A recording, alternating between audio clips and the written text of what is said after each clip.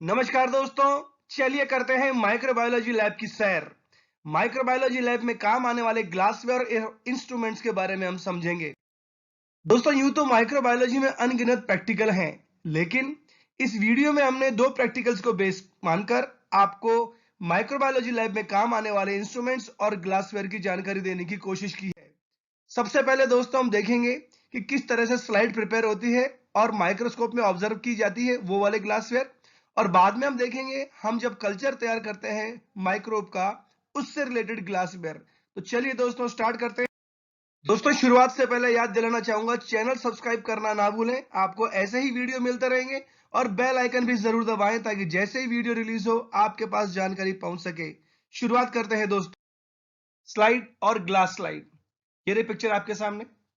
Thin flat piece made of glass, glass का बना हुआ थिन फ्लैट पीस। इसकी डायमेंशन होती है दोस्तों 3 by 1 इंचेस, 3 और 1 इंच लंबाई चौड़ाई, 1 मिलीमीटर थिकनेस, 1 मिलीमीटर मोटी होती है ये। यूज टू प्लेस और hold objects and then examine by microscope. हमें जिस भी माइक्रोब को या फिर सैंपल को देखना है हम इस पर रखते हैं और फिर माइक्रोस्कोप में रखते हैं और इसको माइक्रोस्कोप के स्टेज पार्ट पर रखकर ऑब्जर्व किया जाता है। अब आपके सामने दोस्तों cover slip, use to keep solid specimen और sample flat and liquid as uniform layer. दोस्तों आपका चाहे सैंपल सॉलिड हो या लिक्विड हो, हम उसे ग्लास स्लाइड पर रखते हैं और उसके ऊपर कवर स्लिप लगाते हैं। इसका फायदा क्या है? Decreases evaporation from the sample and maintains them. जो सैंपल है उसमें से मॉइस्चर नहीं जाएगा, उसको बचा कर रखता है cover slip.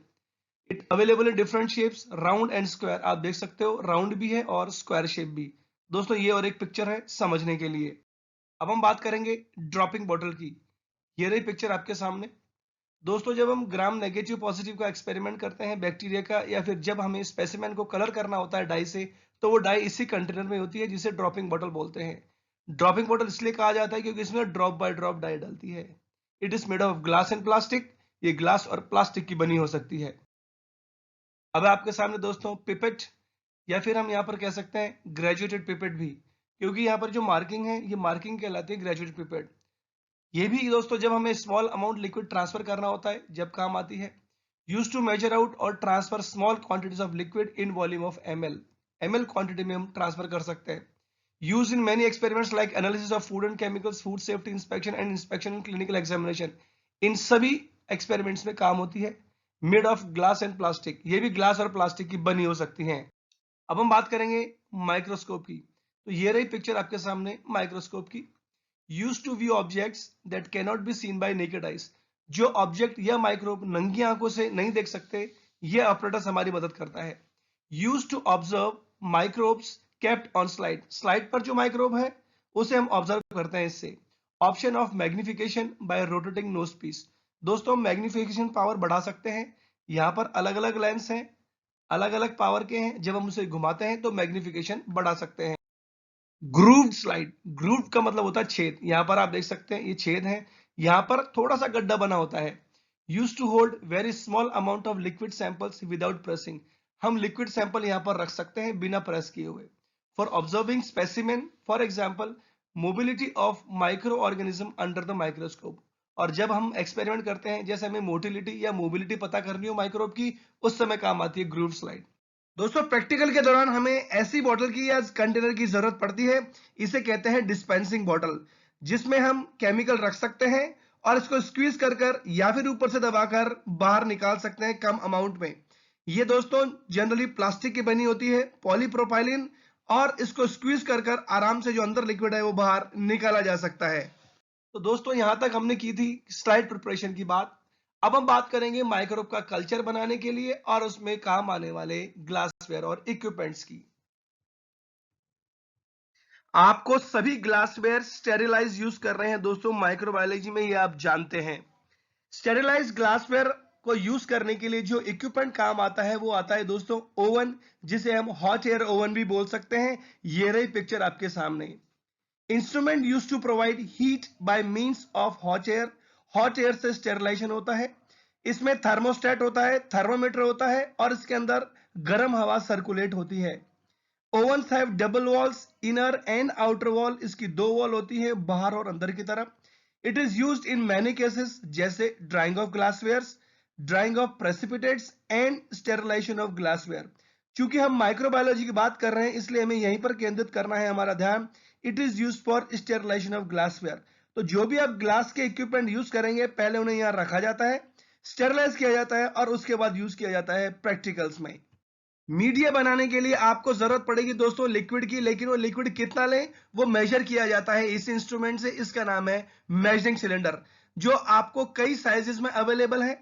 It is made of glass and plastic, glass और प्लास्टिक का बना होता है। Graduated cylinders are generally more accurate and precise than flask and beakers. क्योंकि इस पर दोस्तों मार्किंग है तो आप आराम से लिक्विड मेजर कर सकते हैं। इसे ग्रेजुएटेड सिलेंडर भी बोलते हैं। अब हम बात करेंगे स्पैचुला की। ये रही पिक्चर आपके सामने। क्योंकि हमें मीडिया बनाना है, हमें केमिकल या पाउडर निकालने हैं किसी कंटेनर में से, तो स्पैचुला हमारी मदद करता है। Therefore it is used in the transfer of materials को ट्रांसफर करने में मदद करता है। Made of stainless steel and plastic, stainless steel या प्लास्टिक का बना होता है। They are resistant to deterioration from contact with boiling water, acids, bases and most solvents. दोस्तों इस पर एसिड बेस और बाकी सॉल्वेंट का फर्क नहीं पड़ता है, ये रेजिस्टेंट होता है। अब आपके सामने कोनिकल फ्लास्क। क्योंकि अब हम मीडिया बना रहे हैं तो हम क्या करेंगे, कोनिकल फ्लास्क के अंदर लिक्विड डालेंगे, फिर हम ट्रांसफर करेंगे स्पैचुला से यहाँ पर पाउडर फॉर्म में जो हमारे केमिकल्स हैं। यही कहलाता है कोनिकल फ्लास्क। इसका एक और नाम है अर्लेनमेंट फ्लास्क। कभी कभी इसे हम टाइट्रेशन फ्लास्क भी बोलते हैं, क्योंकि केमिस्ट्री में बहुत काम आता है। इसका फ्लैट बॉटम होता है और इसकी कोनिकल बॉडी होती है, इसीलिए इसको बोलते हैं conical flask. They are made of glass and plastic. ये ग्लास और प्लास्टिक का बना होता है। अब हम बात करेंगे ग्लास रॉड की। ये रही पिक्चर आपके सामने। ग्लास की बनी हुई रॉड कहलाती है ग्लास रॉड। हमें जब कभी भी हिलाना हो या घोलना हो कोई भी चीज तो काम आती है ग्लास रॉड। बीकर में हम वो चीज डालेंगे लिक्विड के साथ और ग्लास रॉड से हम हिलाएंगे। Also called glass stirring rod और स्टीर रॉड, इन तीन नामों से भी हम इसे पुकार सकते हैं। यूज टू मिक्स केमिकल्स को मिक्स करने का काम आती है। अब हम बात करेंगे बीकर की। ये रही पिक्चर आपके सामने बीकर की दोस्तों। इसका नाम बीकर इसलिए क्योंकि यहाँ पर एक छोटा सा पार्ट है, इसे हम बोलते हैं बीक। ये ग्लास, मेटल या प्लास्टिक का बना होता है। इसका मेन काम होता है लिक्विड को होल्ड करके रखना, या फिर जब हम लिक्विड एक जगह से दूसरी जगह ले जाना चाहते हैं या ट्रांसफर करना चाहते हैं तो हमारी बीकर मदद करता है। यह है दोस्तों आपके सामने पेट्री डिश। इसका एक और नाम है पेट्री प्लेट या cell culture dish. These are shallow cylindrical container fitted with lid specifically for microbiology और cell culture use। दोस्तों हम मीडिया बनाते हैं, उसके बाद इसे ऊपर से ढकते हैं और उसको इंक्यूबेट करते हैं। आगे आपको डायग्राम से समझ में आएगा। They are made of borosilicate glass और क्लियर प्लास्टिक। ये बोरोसिलिकेट ग्लास या क्लियर प्लास्टिक के बने हो सकते हैं और अलग अलग साइज के हो सकते हैं। ये है दोस्तों बैलेंस आपके सामने, दोनों पिक्चर बैलेंस की। यूज फॉर वेइंग, तौलने के काम आता है। Use during media preparation for weighing various components of media. चूंकि मीडिया मुझे बनाना है, उसमें अलग अलग कंपोनेंट कितनी क्वांटिटी में डाले जाएंगे तो हम किससे मेजर करते हैं, हम किससे तौलते हैं, बैलेंस से ही तौलते हैं। दोस्तों अब हम बात करेंगे माइक्रोबायोलॉजी के मीडिया बनाने के लिए काम आने वाले बहुत इंपॉर्टेंट कंपोनेंट अगार या अगार अगार, दोनों एक ही बात है। दोस्तों ये पाउडर फॉर्म में है। इसे जब पानी मिलाकर गर्म कर कर ठंडा किया जाता है तो जेली जैसा सब्सटेंस बनता है। तो it is the powder that forms jelly like substance. ये वो पाउडर है जो जेली जैसा पदार्थ बनाता है। Contains polysaccharides and obtained from Gelidium amansii. ये पॉलीसैकेराइड होते हैं इसमें और इसको जेलिडियम अमांसी से प्राप्त किया जाता है। It is component of media semi solid and solid. Media को सेमी सॉलिड या सॉलिड बनाना है तो दोस्तों यही मदद करता है। It is use for culturing of microbes, और माइक्रोब्स के कल्चरिंग में काम आता है। दोस्तों मीडिया के कंपोनेंट्स को कंटेनर में डालने के बाद दोस्तों उसको गर्म करने की जरूरत होती है। हम उसे गर्म कर सकते हैं बुनसन बर्नर पर भी। ये वाला एक कंपोनेंट है जिसे हम बोलते हैं ट्राइपॉड स्टैंड। और ये जो आपका कंटेनर है इसमें रहेगा मीडिया के कंपोनेंट्स और सॉल्वेंट, और दोनों को मिक्स किया जाता है। गर्म करने के लिए दोस्तों इन दोनों के बीच में यूज किया जाता है वायर गॉज का। ये रही पिक्चर आपके सामने। It is a sheet of thin metal having net like pattern. ये जाली जैसा स्ट्रक्चर है। Placed on tripod stand between the burner and glassware for support during heating on direct flame। Direct flame पर जब हम गर्म करते हैं तो दोस्तों बीकर और बर्नर के बीच में इसे रखा जाता है। Glassware has to be flat bottom to stay on the wire gauze. एक बहुत जरूरी चीज जो ग्लासवेयर है वो बिल्कुल फ्लैट बॉटम का होना चाहिए। Some ceramic wire gauze has a ceramic centre. और दोस्तों कई वायर गॉज के अंदर ये बीच का जो सेंटर होता है सिरेमिक होता है। यह दोस्तों आपके सामने ट्राइपॉड स्टैंड, जैसा कि हम देख चुके हैं, गर्म करते समय जो आपका कंटेनर है वो इसी पे टिका रहता है। इसके 3 पांव है, इसीलिए इसका नाम है ट्राइपॉड स्टैंड।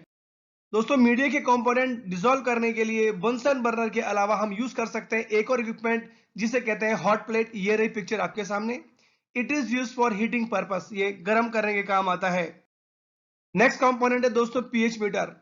क्योंकि हर मीडिया का एक डेफिनेट पीएच होता है, सारे कंपोनेंट घुलने के बाद उसको यूज करने से पहले कल्चरिंग के लिए उसका पीएच एडजस्ट करना पड़ता है। उसको पीएच नापने के लिए जो इंस्ट्रूमेंट यूज होता है वो कहलाता है पीएच मीटर। दोस्तों ये रही पिक्चर आपके सामने, ये दोनों पीएच मीटर हैं। It determines the acidity and alkalinity of the media और द सॉल्यूशन। ये आपका जो पीएच है उसकी एसिडिटी या एल्कलिनिटी कितनी है उसको नापने के काम आता है। An electrode is connected to voltameter. इसमें वोल्टामीटर से इलेक्ट्रोड कनेक्ट होती है। आपको क्या करना है, ये इलेक्ट्रोड उस मीडिया में डिप करनी है और डायरेक्ट हम पीएच इससे नाप सकते हैं। दोस्तों मीडिया के कंपोनेंट्स डिसॉल्व होने के बाद उसका पीएच एडजस्ट करने के बाद बारी आती है उसको स्टेरलाइज करने की। स्टेरलाइज किया जाता है दोस्तों या तो कोनिकल फ्लास्क में रखकर और या फिर उन्हें ट्यूब्स के अंदर, इन्हें बोलते हैं दोस्तों कल्चर ट्यूब्स। लेकिन स्टेरलाइज करने से पहले उन पर प्लग लगाया जाता है कॉटन का, और यही कहलाता है कॉटन प्लग। आप देख सकते हैं फ्लास्क में इस तरीके से लगता है और ट्यूब्स में इस तरीके से लगता है। तो cotton plugs are use with conical flask and tubes. जैसा मैंने आपको बताया, they are kept before sterilisation. जब भी आपको मीडिया स्टेरलाइज करना हो पहले मीडियम में भरा जाता है और फिर कॉटन प्लग लगाया जाता है, उसके बाद उनको रखते हैं स्टेरिलाइजेशन के लिए। तो दोस्तों ये था पार्ट 1 माइक्रोबायोलॉजी लैब टूर का। हम बाकी इंस्ट्रूमेंट और ग्लासवेयर देखेंगे अगले पार्ट में। जानकारी पसंद आए तो जरूर शेयर करें, कमेंट जरूर करें दोस्तों। चैनल सब्सक्राइब जरूर करें और बेल आइकन जरूर दबाएं ताकि जैसे ही वीडियो रिलीज हो आपके पास जानकारी पहुंच सके। सुरक्षित रहें। धन्यवाद। जय हिंद, जय Bharat and thanks for watching.